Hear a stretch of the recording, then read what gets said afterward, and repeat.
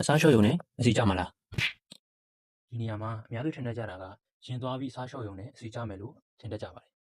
စားလျှော့ရုံနဲ့ကြာသွားမယ့်အရာတွေထဲမှာကျွန်တော်တို့အစီတွေအပြင်ကျွန်တော်ခန္ဓာကိုယ်မှာရှိတဲ့အဖိုးတန်တဲ့ကြွက်သားတွေလည်းပါဝင်နေမှာဖြစ်ပါတယ်နောက်တစ်ခုကကျွန်တော်တို့ဘယ်လောက်စားလဲဆိုတာအရေးကြီးတယ်လို့ဘာတွေစားလဲဆိုတာလည်းတိတ်ကိုအရေးကြီးပါတယ်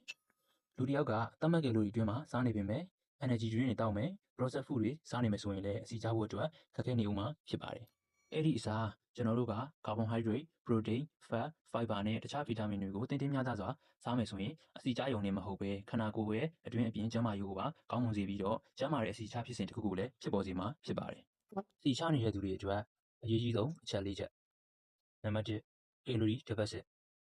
တနေ့တာလိုအပ်တဲ့ကီလိုရီပမာဏထက်အနည်းငယ်လျှော့စားပေးခြင်း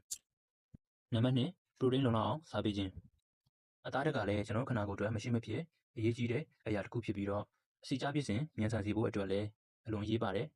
အရာဖြစ်ပါတယ်။နံပါတ်3 weight trainingတပတ်ကို3ရက်လောက်အလေးမလေးခြင်းငယ်လုပ်ပေးခြင်းအပြင်အစီချရုံသာမကခန္ဓာကိုယ်တင်းရင်လှပလာပြီးတော့ခွန်အားရည်လည်းတိုးလာမှာဖြစ်ပါတယ်။နံပါတ်4လုံလောက်အောင်နားယူခြင်းကျွန်တော်တို့ကဒိုင်ရက်တွေတခြားလုပ်မယ် training တွေတခြားလုပ်မယ်ဆိုရင်တော့မှညဘက်တွေဆိုရင်နောက်ကျမှအိပ်မယ်အေးမဝဖြစ်နေမယ်ဆိုရင်အားအင်တွေမရှိဘဲနဲ့အစားအသောက်တွေပိုစားမိနေမယ် training ချိန်မှာလည်းထိရောက်မှုမရှိဘဲနဲ့ပင်ပန်းနေမှာဖြစ်ပါတယ်။နောက်တစ်ချက်ကကျွန်တော်တို့ခန္ဓာကိုယ်က recovery ကောင်းကောင်းမရတဲ့အတွက် energy တွေပျောက်ဆုံးပြီးတော့အစီချဖို့အတွက်လည်းခက်ခဲနေဦးမှာဖြစ်ပါတယ်။နောက်ဆုံးချက်အနေနဲ့အကြံပေးချင်တာကတော့အစီချနေတဲ့သူတွေအနေနဲ့ကာဒီယိုတစ်ခုတည်းကိုပြင်းပြင်းထန်ထန်လုပ်မဲ့အစား weight training နဲ့တွဲပြီးတော့စော်ပေးသင့်ပါတယ်။ဒီအပေါ်အချက်တွေကိုလိုက်နာမယ်ဆိုရင်တော့တခြားမင်းဆင်းချတော့မကြတဲ့အစီတွေကတိတိတတ်တာနဲ့ကြာလာမှာဖြစ်ပါတယ်။